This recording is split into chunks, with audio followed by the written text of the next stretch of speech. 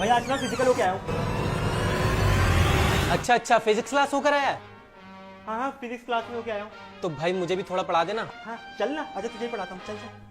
तो भाई हुआ यूं कि पार्टिकल ए और पार्टिकल बी मिल रहे थे। तो भाई जब जब पास आ रहे होंगे तो पोटेंशियल एनर्जी बढ़ गई होगी, अट्रैक्शन बढ़ गया होगा। हाँ भाई, काफी फ्रिक्शन हुई दोनों पार्टिकल्स के बीच में। फिर पार्टिकल बी ने कोएफिशिएंट ऑफ फ्रिक्शन बोले तो मुंह में ले लिया। फ्रिक्शन से तो भाई फिर करंट प्रोड्यूस हुआ होगा। हाँ भाई, और दोनों पार्टिकल्स में आयरन थे, तो फिर ये दोनों पार्टिकल्स मैग्नेट बन गए। पार्टिकल बी का मैग्नेट पोल तो सेम ही रहा, पर पार्टिकल ए का मैग्नेट पोल कभी नॉर्थ कभी साउथ, कभी अट्रैक्ट कर रहा है कभी रिपेल कर रहा है, कभी अट्रैक्ट कर रहा है कभी रिपेल कर रहा है। चक्कर में तो पार्टिकल बी में काफी हीट प्रोड्यूस हो गई होगी। और भाई पार्टिकल ए धीरे धीरे धीरे धीरे ठंडा हो रहा था। Newton's third law, every action has an equal and opposite reaction. भाई फिर तो सारी एनर्जी पार्टिकल ने रिलीज कर दी होगी। यार फिर वही law of conservation of energy. तो पार्टिकल ए तो बेचारा थक गया, पर पार्टिकल बी में बहुत ज्यादा एनर्जी आ गई भाई। वो तो कह रही थी एक बार वापस मिलते हैं। पार्टिकल ने इतना थकने के बाद तो रेस्ट पे आ गया होगा। फिर तो भाई न्यूटन का फर्स्ट लॉ भी काम नहीं कर रहा था भाई। पार्टिकल बी चाहे जितना मर्जी फोर्स कर ले, जितना मर्जी फोर्स कर ले, पर पार्टिकल ए रेस्ट का रेस्ट पे ही रहा। भाई कौन टर्म तो यूज किया ना तूने। हाँ भाई, या फिर पार्टिकल बी के श्रोडिंगर कैट से पार्टिकल ए का जिंदगी मरने वाला सीन हो जाता, इसलिए नो रिस्क। पार्टिकल बी के ब्लैक होल के पास गया था पार्टिकल ए। अबे यार कहाँ जाता है, उसका ग्रेविटेशनल पुल अट्रैक्ट तो कर रहा था पार्टिकल ए को, पर पार्टिकल ए भाई बहुत ज्यादा थका हुआ था।